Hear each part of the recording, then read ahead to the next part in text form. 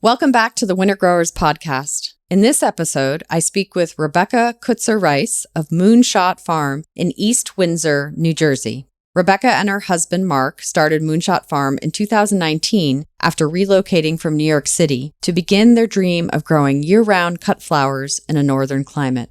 In just 4 short years, they have built their 3.5-acre flower farm to include 4 high tunnels, 2 of which are heated by a geothermal heating system. They sell at 2 year-round farmers markets, manage a 130-member CSA that operates as a full-year bouquet-of-the-month club, run an on-site farmstead, and just this year, they were able to quit their off-farm jobs to work full-time on the farm. And also in the last 4 years, they had 2 children, Rose and Violet.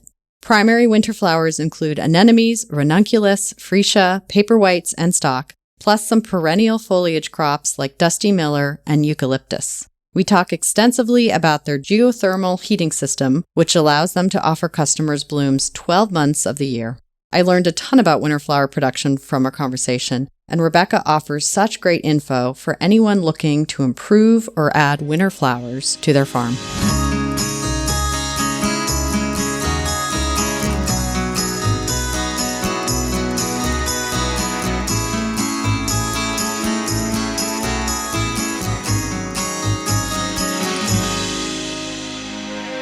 Today's episode of the Winter Growers Podcast is brought to you by Farmer's Friend. In a world where the threat of food insecurity is quickly becoming the new norm, Farmer's Friend exists to equip, educate, and inspire growers to change the world through regenerative agriculture. Small farms are the future, and the future is now. If you need quality tools and supplies for your vegetable or flower operation, check out their growing selection of innovative and affordable tunnels, tools, tarps, and much more. Here at my home farm, we rely heavily on Farmer's Friend for our production. We have 3 of their caterpillar tunnels. We use the silage tarps for occultation. Their row covers have gotten us through hard winters. And of course, the Quick Cut Greens Harvester has sped up our baby greens harvest tremendously. Visit farmersfriend.com/no-till today. That's farmersfriend.com/no-till. Or visit the link in the show notes and get free shipping on your entire order. Today's episode is also brought to you by BCS America. BCS 2-wheel tractors are designed and built in Italy, where small-scale farming has been a way of life for generations. Discover the beauty of BCS on your farm with PTO-driven implements for soil working, shredding cover crops, spreading compost, mowing under fences, clearing snow, and much more, all powered by a single gear-driven machine that's tailored to the size and scale of your operation.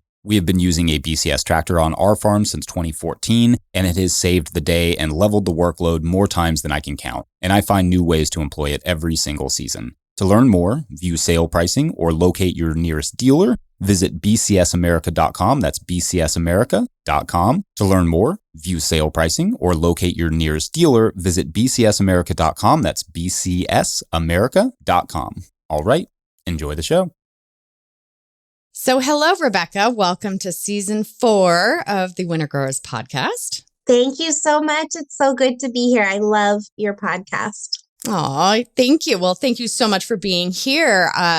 When I was thinking about a new season, I was excited to try to get more flower growing and flower information on the show. And you came up as quite an authority on this whole process. And I know you're a relatively new farm, but you were doing some really exciting stuff, especially with your geothermal heating system that you've just installed. So there is a lot of amazing information that I want to dig into with you. And thank you so much again for being here. Thanks. I'm excited to get into it. Maybe not an authority, but I'm happy to share from my many, many mistakes. So yeah. Well, good. And we are also right in the midst of Valentine's Day week. So this is, I am sure, an incredibly crazy time for you. And you were just sharing with me before we hit record that this was your biggest sales week or day ever. That is amazing. It's been crazy. Yeah. So we hit our biggest sales week ever.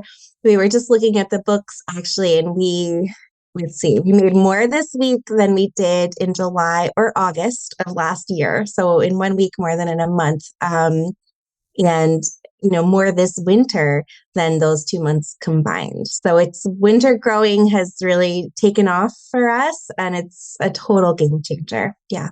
That is amazing. So the name of your farm is Moonshot Farm, and you're located in New Jersey, the 40th parallel, just so everyone knows. So you're not full down, sort of New England cold, horrible weather, but you do have enough, I would say, and you have plenty of challenging growing conditions. So why don't you give me just a little bit of background about the farm to start?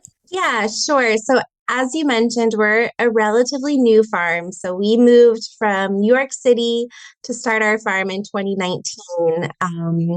And it's been a bit of a whirlwind sort of getting here. I think we expected just to have a little homestead and, we got some goats, and in New Jersey, there's a requirement to make $1,000 to keep your, property taxes low. And we were, going to sell some honey. We decided let's just grow some things in the garden. So we, grew some garlic and blueberries and cut flowers just to have little bouquets. The garlic all got garlic maggots, I guess, or onion maggots. It was really gross. The blueberries all got eaten by birds, but the cut flowers were and have really taken off. So today, flash forward about 3 or 4 years, we're growing about 3.5 acres of cut flowers. I think it'll probably be about 4.5 by the end of this season. And we have two heated greenhouses that are about 34 by 96 feet, and then another like propagation greenhouse, and some unheated tunnel space as well. So we're growing year round. We are harvesting 52 weeks of the year, fresh cut flowers, and we are predominantly doing retail sales. So a lot of cut flower farms do like weddings. They have this kind of farmer florist model, or they sell to florists who then, do things with their flowers. But we're really retail, everyday retail flowers. We sell at farmers markets. We have a farmstead, and then we have a CSA kind of model that's a bouquet-of-the-month club. And it's going pretty well. It's been a whirlwind, like I said. I had an off-farm job for the first 3 years, but as of about a month and a half ago, I am full-time on the farm, as is my husband. We have two babies. We've got a 4-year-old and a almost 1-year-old. So that's been going on too. Well, congratulations on both your transition to full-time farming. That's amazing. And also that you've got two little ones you're doing that with too. Another congratulations. You're my hero. That's huge. So this is all relatively new for both you and your husband, Mark. What was your background? How did you get inspired to do this? Yeah, not in horticulture, that's for sure. So my husband is a carpenter by trade, and I studied poetry, and then my most recent career was in cybersecurity, actually. So really no background in this. Mark likes to say that he worked for a florist for 1 week around Mother's Day when he was about 19. So that's his claim to fame. We got a lot of advice from Rutgers, and they have a niche crop series, and cut flowers was identified as one of these niche crops. We didn't know at the time New Jersey has a huge cut flower industry. So we're right behind California in terms of, gross sales of cut flowers. So it's a really big state for that. I definitely always wanted to own my own business. I love the farm. I love farming. I love flowers.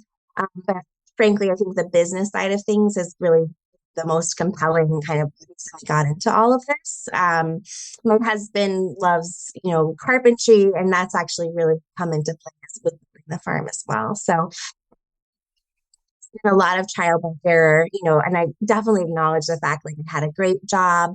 For the first 3 years, that was a lot of privilege and money getting into this, land access. I mean, all of that. We've been really lucky. Just in terms of our ability to access a lot of this stuff and build infrastructure so fast. If that's not, whoever listening, if that's not your path and you're, having to, not have a job and kind of piecemeal your way together, that's a really awesome journey too. Yeah, no, definitely. So where did you grow up? What were your influences as a child? Because I'm always curious, like there had to have been some story, whether it was your grandmother giving you a flower or something. What's your story? Sure. I'm from Virginia originally, not really farm country, but sort of suburbs of the suburbs of DC. So kind of central Virginia. Um, my mom loves nature. She loves birds. She sent me to science camp. She really kind of encouraged that STEM mentality. Not a farmer, but just definitely had that connection to nature very early on. Of course, I rebelled against that and I moved to New York to go to college. And and I never was going to leave the city. One of the only fights my husband and I have ever really gotten in, like a big fight, was when he was saying someday we'd move to New Jersey to raise our kids. And I thought that was just appalling. So for a long time, I was like, we're never going to leave the city. But in New York, we had, what we called the homestead. So we had a little yard in the city and we had chickens. We actually got bees and I got really into beekeeping and a garden. So that kind of natural connection, I would say, was sort of always there. There was that thread. Of course, now I realize this is where I always belonged, not in the city, but in fact in the country. And it's really fun to raise my girls with that sort of natural connection too. What part of the city was your little homestead in? It was in Brooklyn. Okay. So yeah, just a little yard, but it was fun, and people always wonder what the neighbors think, but the neighbors loved it because we had eggs we'd share with everybody, and even the bees everyone was fascinated by. So yeah, there's a surprising amount of urban agriculture going on in Brooklyn. Yeah. Yeah. And I mean, I imagine you must have spent a lot of time when you weren't doing, your other job, reading or, what was your sort of path to learn all this? Because obviously this is a huge undertaking, what you and your husband did. So how did you begin learning it? Definitely. So in the cut flower world, there's an industry organization, the Association of Specialty Cut Flower Growers, the ASCFG, and that's been huge for us. It's an incredible network of growers, of information. All of their past conferences are, accessible on a website, and we would just watch hours of that, absorbing all of that information.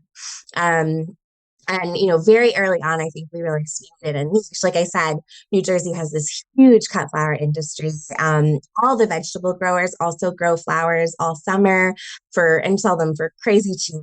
And our property taxes are so high, our expenses are high.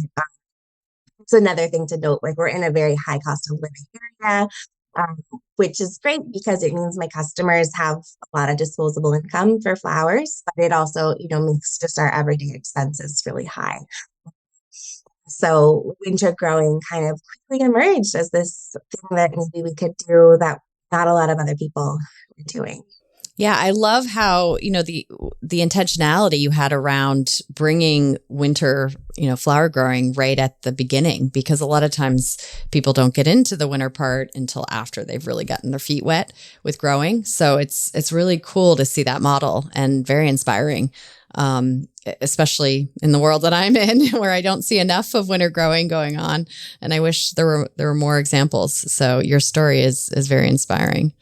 Part of it too is I'm really stressed out by competition, and I was really aware of the fact that we're this brand new farm in an area where there's, within 5-minute drive, there's a lot of wonderful established flower farms, and I didn't want to be the new kid on the block, trying to just do everything everybody else was doing. I really wanted to do something a little bit different. And it also turns out, growing in the winter is beautiful. It's a time when people are desperate for fresh cut flowers. I personally much prefer the warm greenhouse in the middle of the cold winter than working out in August. And then, of course, with our two autumn, hopefully summer will be a real downtime and we can have our summers as a family, have winter be when we're all working and in school. So it sort of started out as this idea. Now I'm realizing it's just a wonderful lifestyle for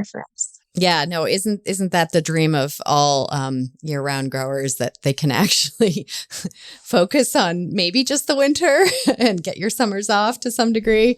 It seems like the economics are still a little challenging to do that, but maybe with flowers there is a potential. Well, who knows? We'll see.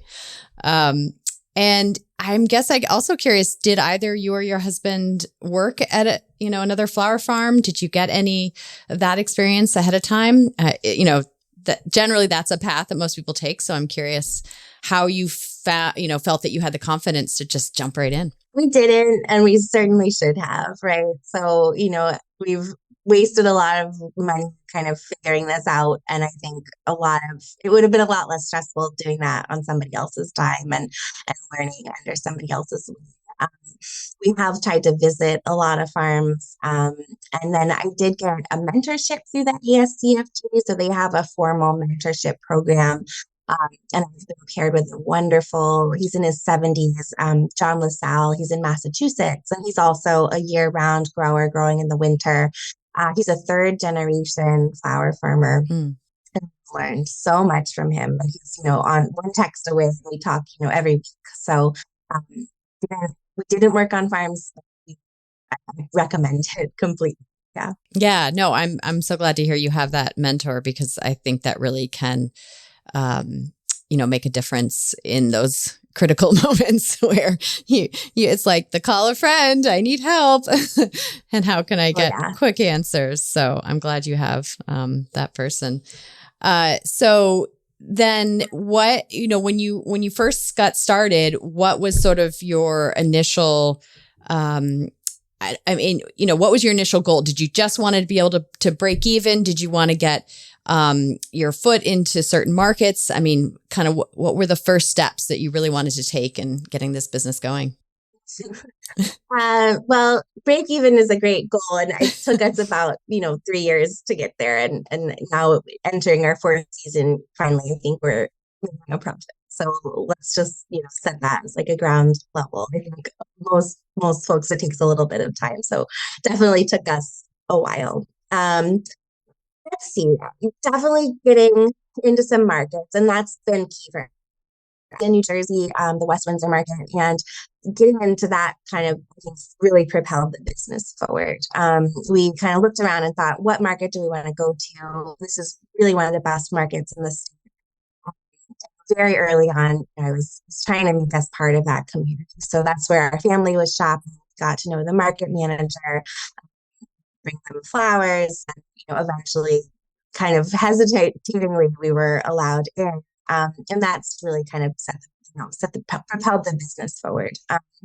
What's allowed me to quit my job and kind of focus on the farm full time this winter, we got accepted into the Union Square Green Market in Manhattan, which is, one of the biggest farmers markets in the country.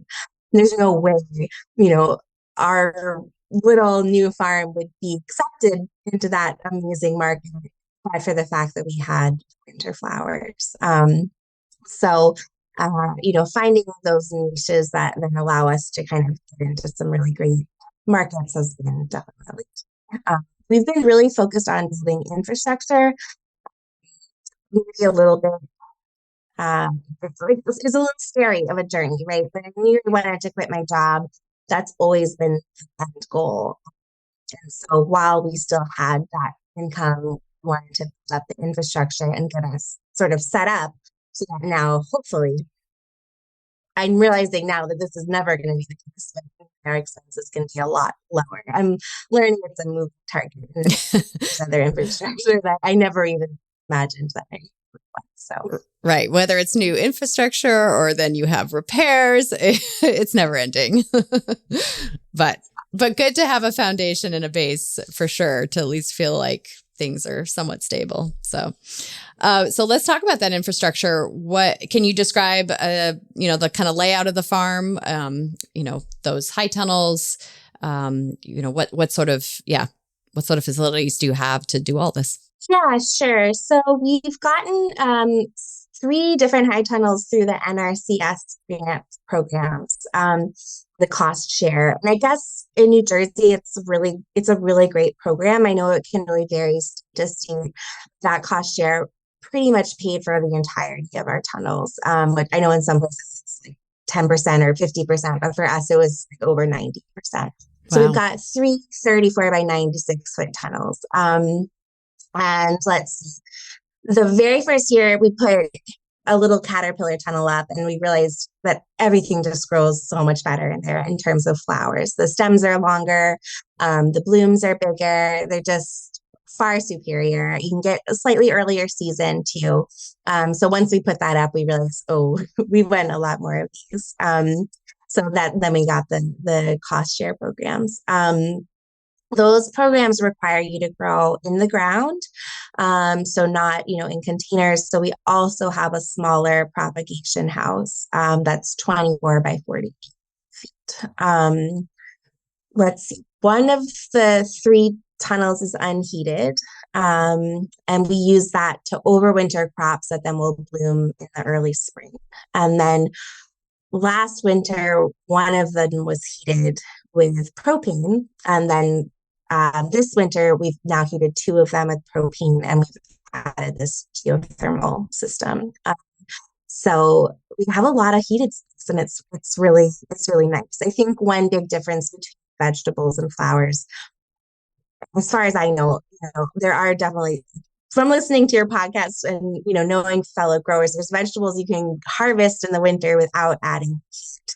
At least in New Jersey or more north, there's no flowers that are going to bloom without additional heat. So that heat is really critical. Yeah, no, so I was really curious about that because this geothermal system obviously is, an investment and, not a common heating system that you hear about.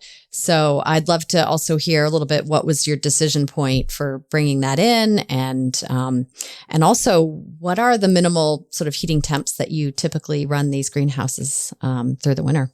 Yeah, we try to at least keep it above freezing. So, 38 to 40. But then to kind of push the blooms faster, sometimes we heat as high as 60. So tulips are an example of a crop we try to get to bloom really fast, and that those will heat up to 60. But the other crops will grow closer to 40.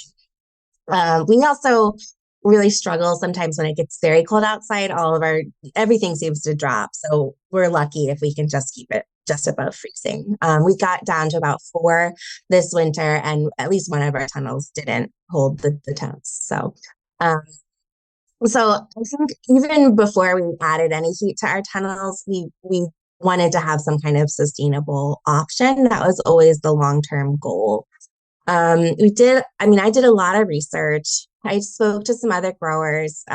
There's a lot of these climate battery type systems where I guess you do like air through pipes and then you have fans.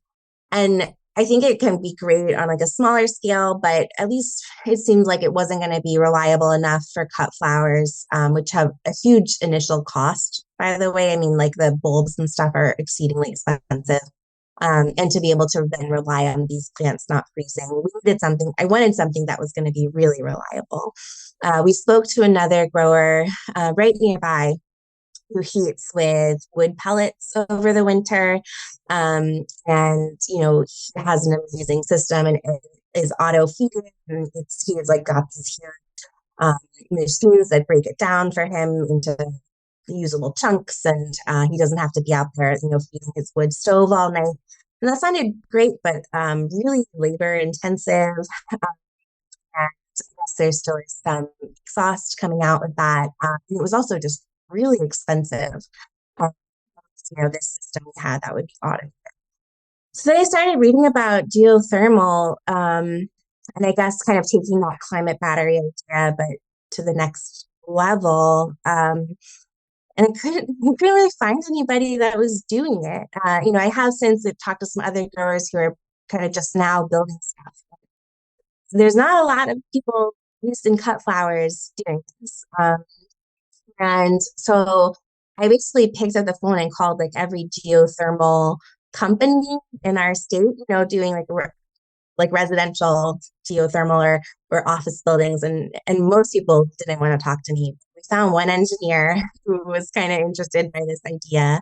Um, I've kind of been down that road ever since. I will say, it was a big investment. So we did that first winter, we put in propane heat, which is obviously way cheaper, just to pop a heater and have some propane in the short term to see, like, is this even what we want to do? Do we want to grow these flowers in the winter? Is there a market for it? Like, before we even got our feet wet in the geothermal thing. And now that's great because we have a propane backup if anything did go wrong. So, so we got this grant. It's the Rural Energy for America program, the REAP grant through the USDA, which, by the way, is like in rural areas, but also for anybody who's a farmer. So you could be an urban farmer and still get this rural energy grant.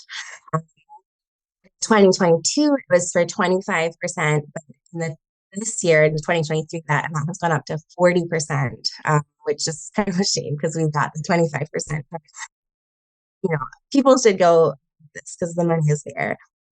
The awesome thing is the new Inflation Reduction Act has 36% tax credit plus these accelerated depreciations. So, like, I'll put the number out there. The all-in cost was around $100,000, but a lot of this, like almost 60%, was paid for by the tax credits and the grant.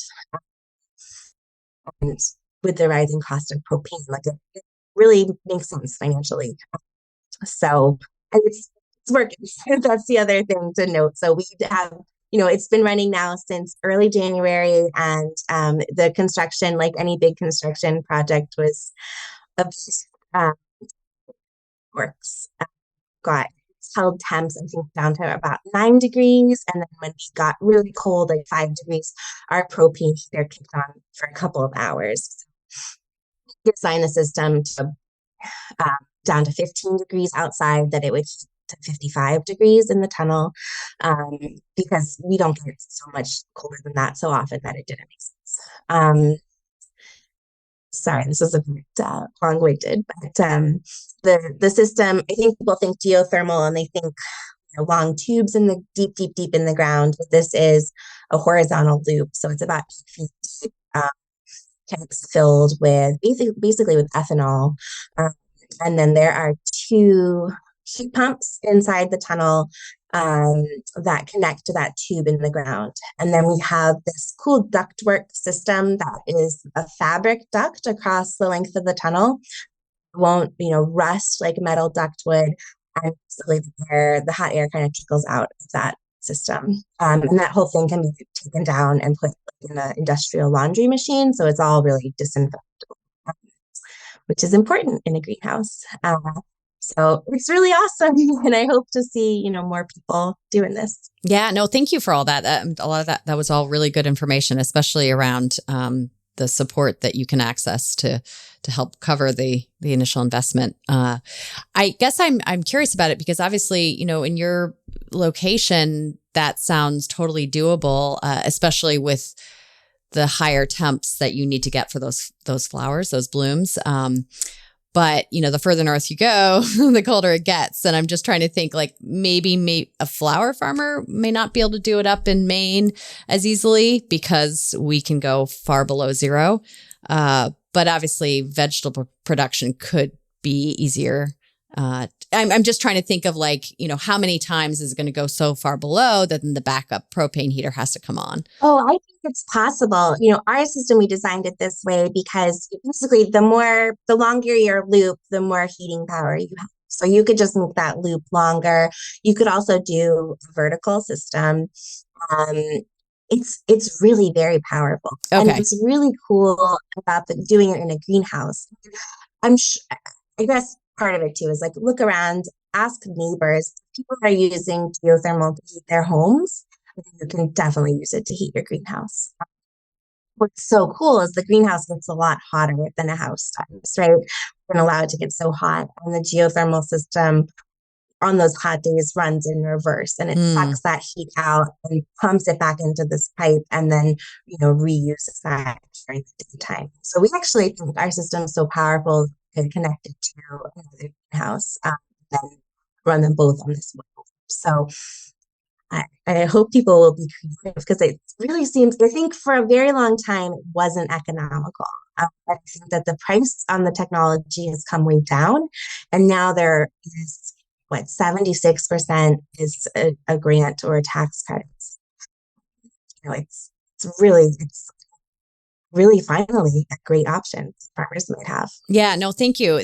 Again, I don't know enough about it to probably speak super intelligently about this. So I thank you for sharing that. And I guess I'd also be curious about retrofitting existing farm systems with the technology as well, and what that would look like, and as a disruption to an existing system too. So. Definitely. And that is one kind of regret. So we already had this tunnel in place, and then we added the system. And in fact, we had it planted because like with any big construction project, there are delays, and we just had to get that tunnel planted. Of course, crops got stepped on, and it's just been a bit of a mess. So if you can think ahead and this is the end goal and then kind of design around it, that would be ideal. Yeah, no, that's great to hear. Today's episode of the Winter Growers Podcast is brought to you by Johnny's Selected Seeds. Since 1973, Johnny's has supported farmers and gardeners with superior seeds, tools, and information to help ensure their growing success and help feed their communities and families. The research farm is at the heart of Johnny's, where they trial thousands of varieties and tools every year. Their breeding program uniquely focuses on introducing varieties that meet the needs or solve the challenges mixed market, small farmers, and avid gardeners face. Visit johnnyseeds.com for innovative new varieties and time-tested favorites to grow this season. You can also browse their online growers library, link in the description, for a wealth of free educational resources. The employee owners at Johnny's look forward to growing with you. Today's episode is also brought to you by Rimmel Greenhouses. Whether it's tomatoes to market, flowers in the spring, or your family's harvest, growing in a greenhouse protected from the weather provides the right environment that you need for a harvest that you can count on.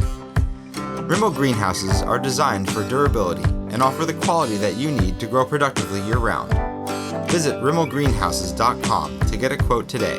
If I may editorialize for a second, I own a Rimmel tunnel. I love it. We built it ourselves, and I really appreciated the quality of the tunnel as well as the customer service we received in the process. So make sure to check them out. All right, back to the show. So yeah, let's talk a little bit more about the flowers. And, I guess what I'd be curious about, first of all, is what does 12 months of the year look like in flowers? Maybe go through the months and tell me what you're likely to see, or at least start with the winter months to start. Sure.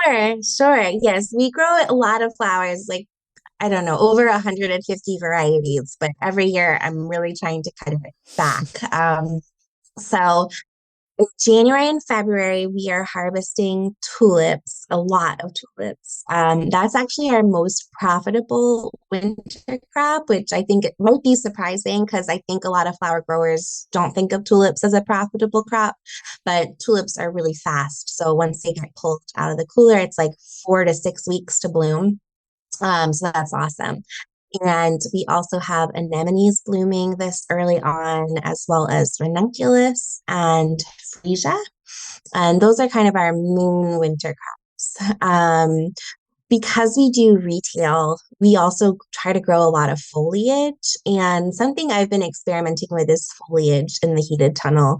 A tulip can command like $3 a stem, or a big ranunculus can be, $6 or $7 a stem. And foliage is never going to command that high of a price. So it's kind of like, why waste the space? But in retail bouquets, having a few pieces of foliage can then add value to all the flowers. So this is something we're working on too. And we're finding that a lot of perennial foliages do great in the winter. So we do eucalyptus, and dusty miller, and then a few other things like scented geranium. And we can just kind of pick off them constantly, and they'll just kind of regrow. So those are really great in the winter as well. We also do some smaller flowers like stock and snapdragons in the winter. And we're experimenting with some other stuff like poppies and let's see what else is blooming in there. But those are definitely the main ones. I'm thinking a lot, especially now that there's a lot more financial pressure on our farm, about what crops are most profitable. So we'll see what gets cut and what doesn't. But moving on in the spring, again, tulips we do now in the field. So they move from the greenhouse to the field. A lot of bulb crops like daffodils.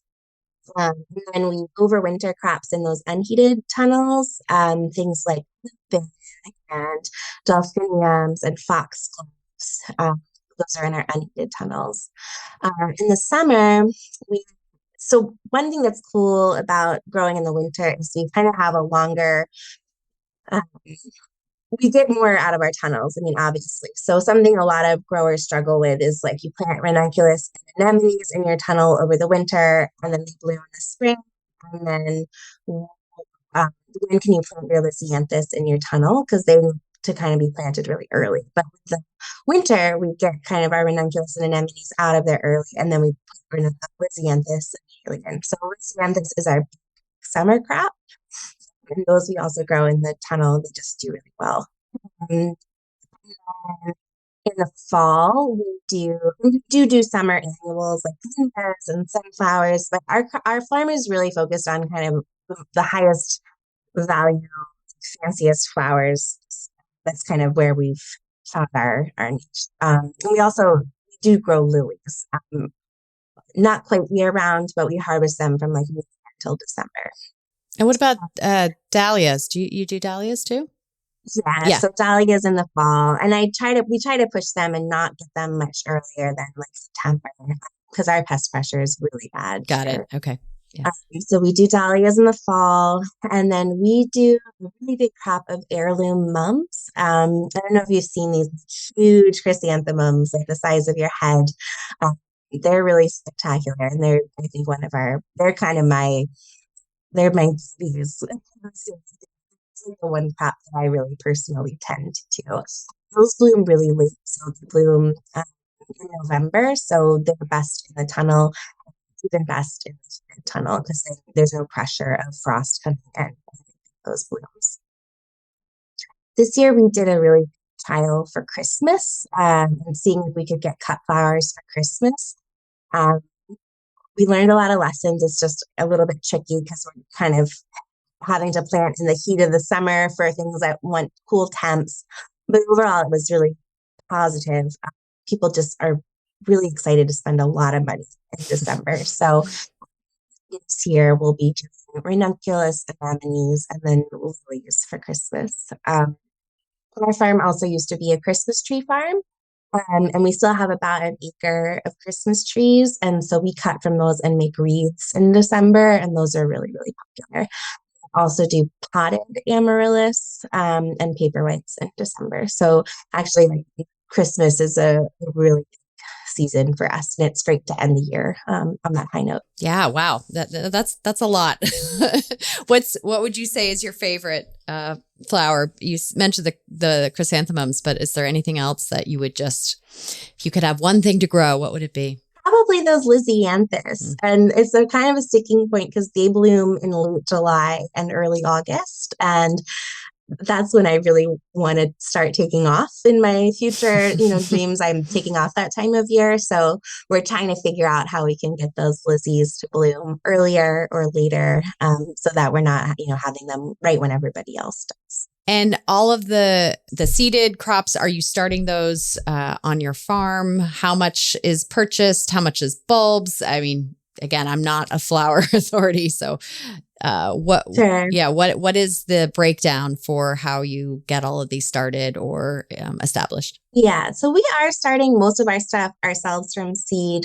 Another thing about winter growing is I can offer employment year round to staff. But even with so many flowers blooming, there are quieter moments. So seed starting in the winter is great. So lisianthus is a great example. Most flower farmers buy this as plugs, but we started from seed. Just again, it's we're doing like 24,000 lisianthus this year, and my poor greenhouse manager is like, we don't have a seeder yet, so she's just like doing it all by hand, but it's a great winter task. And then tending to all those baby seedlings. There are certain flower crops that are patented and they can only be grown from cuttings. And they're really spectacular. So we do buy in bulks for those. Some examples would be like scoop scabiosa, which is the kind of scabiosa that's just extra big and really beautiful colors. Or status. There's a really fancy tissue culture status that we grow. So our brand is kind of the fanciest flowers that usually only a luxury florist would be able to bring you for your wedding, but you can have them every day. So trying to source those instead of just yellow sunflowers is fun, but we're doing most of the seeding ourselves. We do also do a ton of bulbs, and about 30% of our budget is spent on bulbs. So that's a huge thing for us. So lilies are all grown from bulbs, and those we grow in succession. So the lily suppliers have them frozen and they ship them to you, and we plant lilies every 2 weeks. And then, tulips, obviously, and ranunculus. All of these are from bulbs, and they're hugely expensive. Some of them, a fancy ranunculus can be like $3 just for the bulb. The returns are really amazing too. I mean, if all goes well, our like sales per or our gross profit per foot can be like $60 a square foot. I mean, with one crop. So it's just a little bit of like a different, it's a higher risk and higher reward, I guess. Yeah, no, that makes sense. So I want to hear a little bit more about your marketing approach and sort of the breakdown of sales. You mentioned about the farmers markets, the CSA, and your farm stand. What's sort of the breakdown of that? Yeah, so last year it was pretty evenly split, 30. So 30% farm stand, 30% farmers market, and then 30% with our CSA, and that other 10% things like workshops, a little bit of florist sales, you pick. I mentioned we're in the New York City farmers market now, so I think that's going to tip because it's a really different scale than anything else we've ever done before. It's a little bit intense. It's very exciting to kind of see where that's going to go. But our farm stand is actually this amazing little outlet, right? Because it's all self-serve.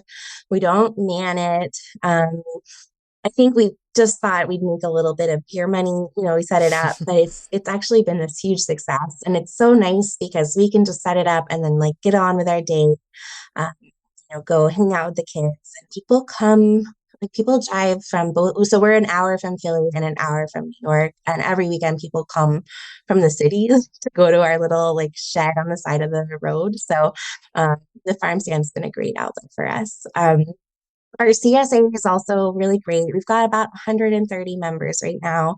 Right now, this year, it's the whole year. So you had to commit to a year of flowers every month. So the price point was pretty high. That was because we really needed to raise capital for the geothermal project. So no regrets there. We got the capital. The CSA paid for our portion of it. I think going forward, we'll split it into sort of more seasonal breakdowns. It was really stressful having the winter CSA.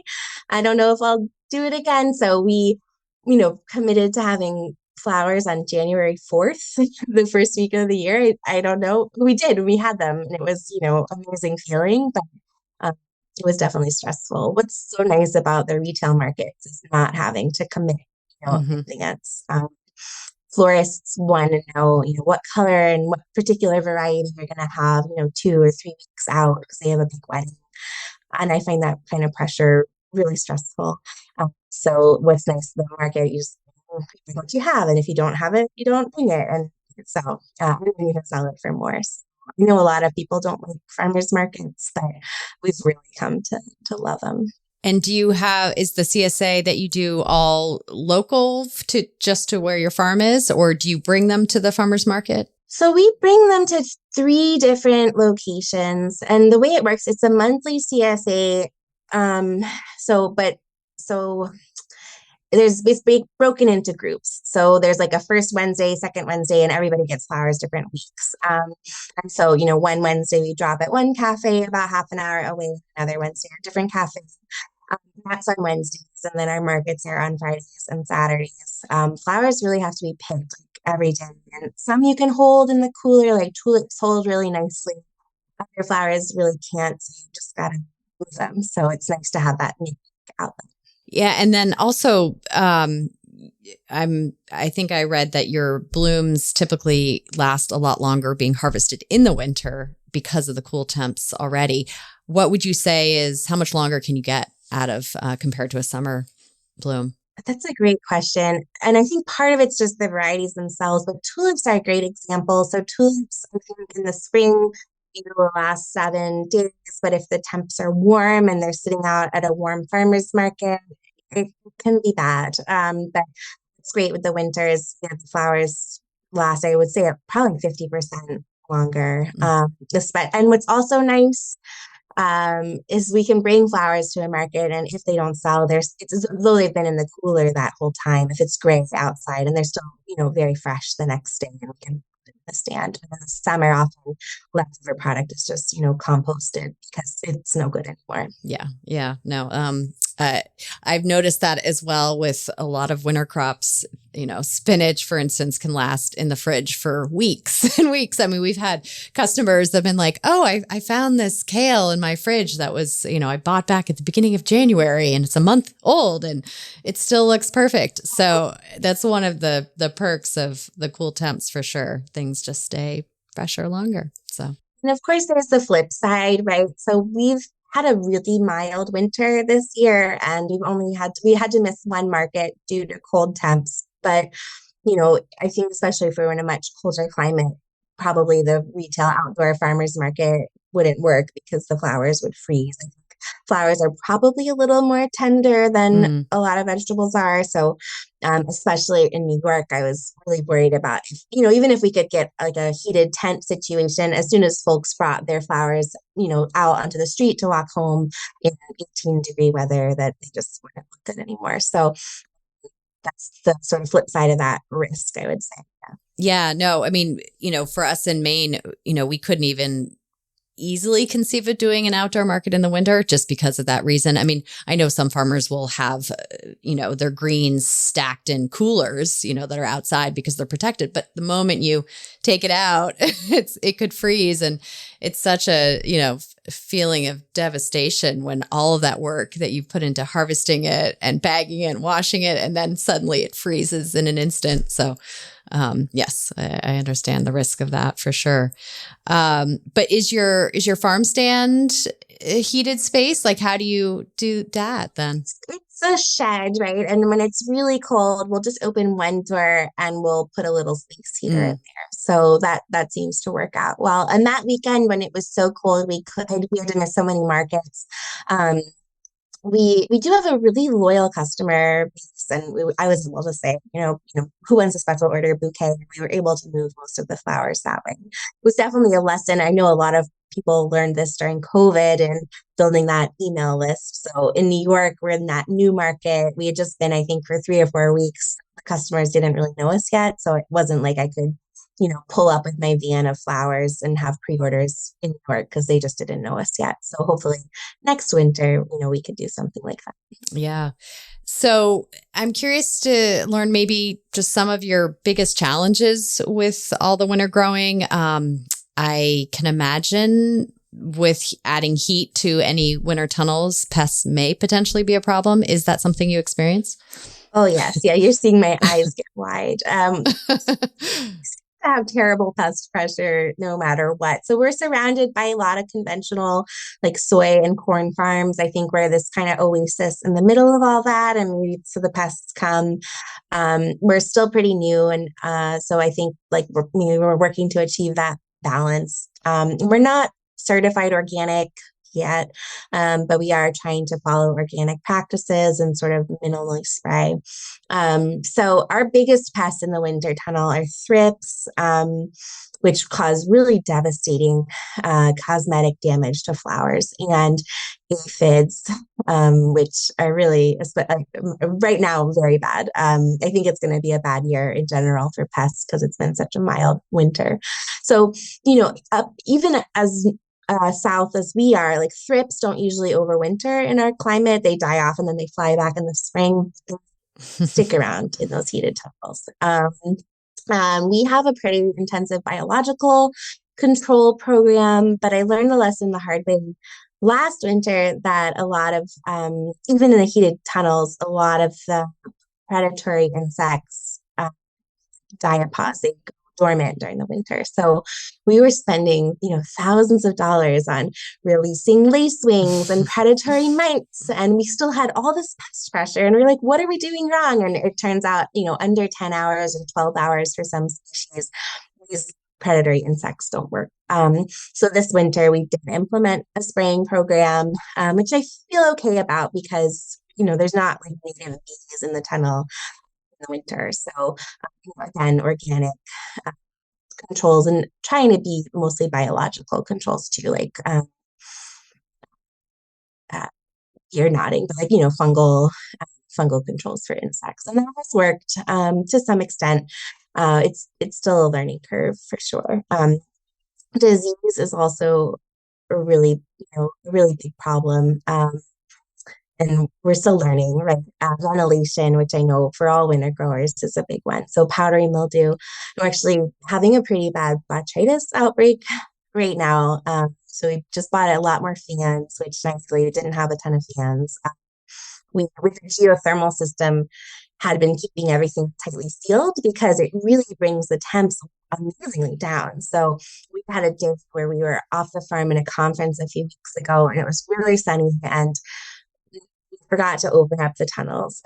We got up to 103 degrees, and the geothermal stayed at 60 degrees. So it does really reduce the temp and the humidity, but lesson learned the hard way. That's just not a replacement for good airflow. So, yeah, it's a struggle for sure. But getting last year we lost our whole freesia crop to thrips. I'm pretty sure they had traveled in on the bulbs, and then just never got control of them.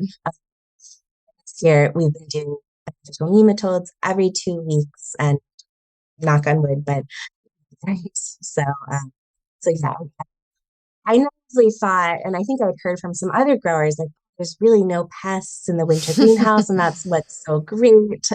It's so much better than in the summer, but maybe it's just us, but it really seems to be a paradise for them there. We are trying to be no-till, and we stupidly just for the first few years, we're just applying so much compost to our tunnels, and the nutrients are really out of whack now, and we've got way too much nitrogen, and I know the plants are just really susceptible to pests. So my hope is to kind of balance that, and someday get there. We might add lighting to some of our tunnels, which I don't know if vegetable growers do this so much, but some flowers, the difference if you add some lights is a lot faster. You can take a month or more off. So our lilies, especially, we notice the difference. A lily usually is 90 days from bulb to bloom, but in July it can be 40 days, and in January it can be 180 days. So adding lights might help with that, but also might help with keeping those predatory insects active. So something for the future. Yeah, no, I mean, definitely the lighting can be a huge advantage. Again, it comes down to cost and, the additional infrastructure and everything necessary to set it up. But I have heard a lot of good advantages, especially with the regrowth. So, like spinach, for instance, just grows so much faster. Oh, yeah. So, yeah, well, I guess I'll stay tuned to what you learn from that process if you do it. Well, good. Well, I think we're just about to the lightning round. If you are ready, let's see here. I've got your chosen questions. Okay. Is there anything else on the? Yeah.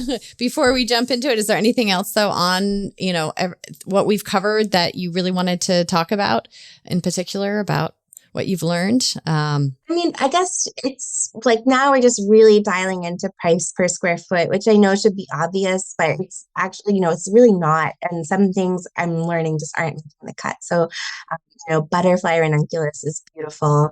It blooms so nicely in the winter, and I harvested it and I know it will sell, but it really comes down to the yield. So the yield per square foot just isn't there. So that's something that we're definitely going to dial in for future years. And I guess just a shout out to the tulip workshop, which is this great class we took to learn how to force our tulips. So I know I mentioned SCFG, but the tulip workshop, we had grown tulips in the greenhouse before, but that really helped us kind of dial in the process and scale way up. So we did, I think, 2,000 bulbs last year. We had over 40,000 bulbs this year. So that's been great. I'm curious, is there a particular flower that is super popular, but because of its low yield, you just can't justify? What would be a good example of that? So one might be freesia, and tomorrow's going to be the test. So freesia, we do about 9 plants per square foot, and we get 1, maybe 2 stems per. And a lot of growers base their prices, at least for flowers, on like what the international import market is doing. So, if I was going to sell to a florist, like what she's used to paying for freesia, and it's really cheap. It's like $10 or $12 a bunch. So $1 a stem.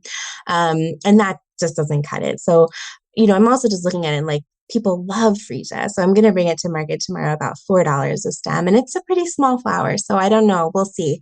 If people buy it, maybe it'll stay. But if they don't, then I think it's just too expensive. It's too stressful to grow in the winter if it's not, paying for the bills. Yeah. Yeah. Well, that is, I wish we had more time to talk about that, because that is such a curious question. I mean, obviously when you're talking about a consumable, like a vegetable and food, there's this sort of cap, of like how much you really want to charge, because it's food. It's what we all need to survive, and everyone needs access to food. But then when you have flowers, at what point is it too expensive? At what point do people turn away and say they won't pay it? I'm curious. Can you talk about that at all? Is there? Sure. And, it maybe sounds, callous. I mean, I'm looking for customers with a lot of income, and I'm trying to charge a high price for a really, really high quality product. We also do donate a lot of flowers to our community, to shelters. So I do feel like there's that balance. We pay our staff really well. I mean, not as well as I want to someday, but that's a big goal for our business, is to be paying everyone, that defined living wage for their situation. So, no, I think it's, if it's supporting growing sustainably, if it's supporting paying the staff well, I'm certainly not getting rich off my flowers. And like I say, they're extremely expensive, like inputs, compared to vegetables too. So that's definitely part of it. But even with all these inputs, even with the propane, I'm really learning that like yield in a limited winter space is the number one factor to profitability for us. Yeah, no, that makes sense. Okay, well, now we'll move into the lightning round questions. Are you ready? Okay, ready. Okay, number 1, favorite crop, I guess we'll say. Oh, before, do you grow any vegetables at all on your farm? No, no, we don't. We have a little garden when we first moved here, and hopefully this is the year we start a garden again. But what's amazing is that we go to the farmers market every week, and we have way better vegetables than we could grow. So maybe next year, but not this year. Yeah, just flowers. Fair enough. Okay, so what is your favorite flower crop to grow? Not cook or eat. So what's your favorite flower crop to grow? My infant did try to eat freesia this morning, and I frantically Googled if it was toxic. It's not. Probably those heirloom bones. They're just really spectacular, and it's kind of my habit in the summer when they have to all be disbudded to go through, and it's kind of my alone time. So that's kind of my special crop. Yeah. Yeah, I've seen some of the photos you posted on Instagram of them. So definitely listeners, check those out, because they are gorgeous. So let's see. Number 2, what gets you up in the morning? Definitely that baby. Yeah. And we had her last March, and it's been a bit of a whirlwind having an infant in the house, and the 4-year-old too. But it's also, I wouldn't have it any other way. And what are their names? I believe they're named after flowers, Oh, right?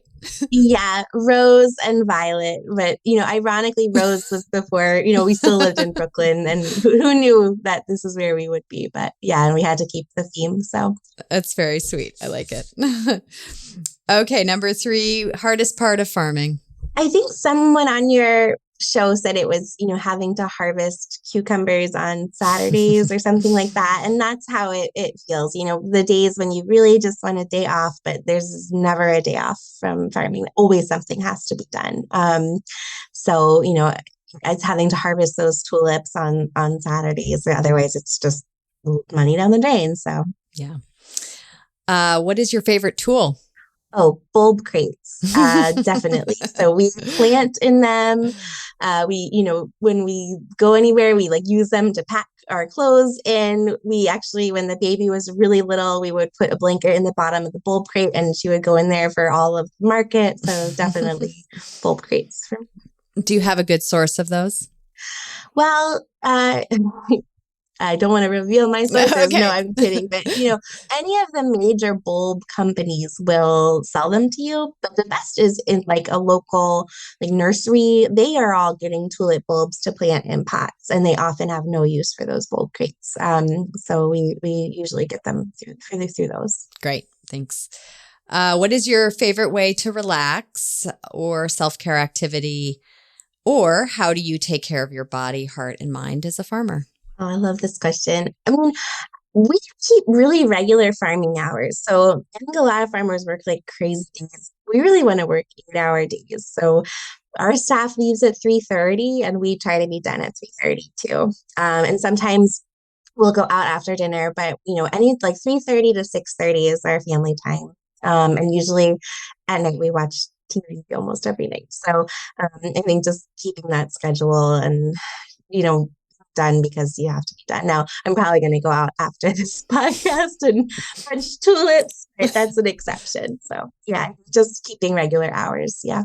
Well, thank you for sacrificing some of your time to be here with me. I appreciate that. Okay, number 6. What is your favorite smell and your least favorite smell on the farm? So my favorite smell is stock, which has this real clovey, warm scent. And my least favorite is that fish emulsion fertilizer, which we use on our seedlings. And a lot of our seedlings, even though we have the greenhouse, they're in our basement because under lights, it's a lot cheaper. So, and we fertilize with that fish stuff every week. The whole house just kind of ends up smelling like it. Oh, that sounds horrible. I mean, it's one thing if it's out in a greenhouse, but then to have it in your home, yikes. Number 7, how do you turn off farming, or do you? I really can't. And I think that's probably why we're so successful. I mean, my husband jokes because I'll be up nursing the baby at 2 a.m. and reading some academic paper about powdery mildew. I mean, I think probably most good farmers can't turn it off. Our CSA is every Wednesday, and there's 4 groups. And so our 5th Wednesday, a few times a year, there's a 5th Wednesday, I think 4 times a year. And so those we're declaring our weeks off, and we're going to actually try to leave the farm. It really feels like we can't relax unless we're not here because we live on our farm. And so hopefully leaving the farm will actually make us turn it off a little bit. Yes. Best kept secret of farmers is you got to leave the farm. There's no other way around it.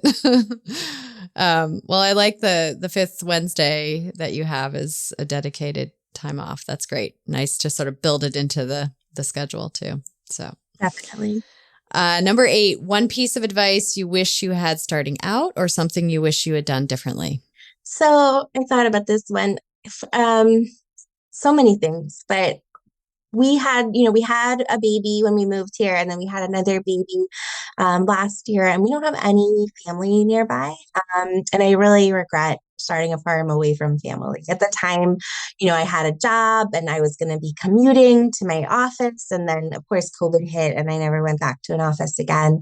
I quit my job, and I wish, in retrospect, that we had moved closer to family to start a farm, because that support would be amazing. Yeah. Can you move them to the farm? We've been trying to lure them here. Yeah. Yeah. We know more fish in the basement, right, to get them to. Yeah, no, I agree. Having family support is really key. And, even if you aren't a farmer at any point when you have little kids, it's so key. So, yeah. Number 9, where and how does wildness enter or influence your farming practice? So we have this acre of Christmas trees that I think I mentioned, and they're not really Christmas trees. They were Christmas trees, and they're totally overgrown now. We naively thought, the real estate agent, when we bought the farm, told us that we could sell them to cathedrals. And we were in New York, and we were like, oh, this is great. We're going to sell these cathedral Christmas trees. And it turns out they've just been totally, overgrown, and they're not salvageable. They're just totally wild. I mean, it's just an acre, but it's this total wild place on our farm, which is really cool because we're in a pretty suburban, developed area. There's owls and skunks and foxes and deer.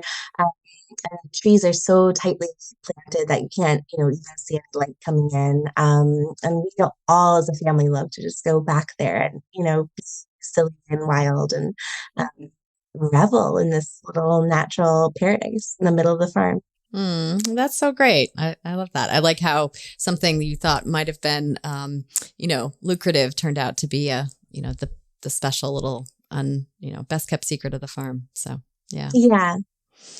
And finally, how will you grow old farming? Yeah. So in some ways, I feel like I already have. I've had 2 babies, and I've actually been pregnant 4 times in the past 4 years. So I've been basically always pregnant, it feels like. And that's really wrecked my body and my core strength. And, hopefully I'll get it back someday, but I'm not out there moving bulb crates, that's for sure. And I'm more doing a lot of the office work, the admin work, all of the crop planting, which I think is still farming, even if I'm not the one, lifting the 70 pounds of soil. And to me, that feels pretty sustainable. Hopefully I'll be back out there and working on my hands and knees again. But hopefully someday we can just have really great, staff. Maybe our daughters will be working here. Rosie says she wants to be a flower farmer when she grows up. And it's always correcting. People will be like, oh, this is a beautiful mom. And she'll say, oh, no, that's a dinner plate Dahlia. She really knows her flowers. So hopefully we can keep her and build up that kind of community and keep it going. But maybe it's also a phase of life too. I don't know. It's not, I'm learning that it's just different seasons. And if this is the season for the farm, then cool. I'm really enjoying it. Oh, well, thank you. All those are great answers. I love how varied and different everyone's answers are. So thank you for sharing all that. And thank you. Yeah, thank you for taking this time to speak with me and share your knowledge and your experience. And there's so much that I have to learn about flowers. I'm like, I'm good with my vegetables. So thank you for bringing more diversity to the show on the types of things that can be grown in the winter. So thank you. Thank you, Clara. Have a great night. Yeah, have a wonderful evening, and hopefully we can talk more about future things in, who knows, maybe 5-10 years, see where you've grown from there. So thank you.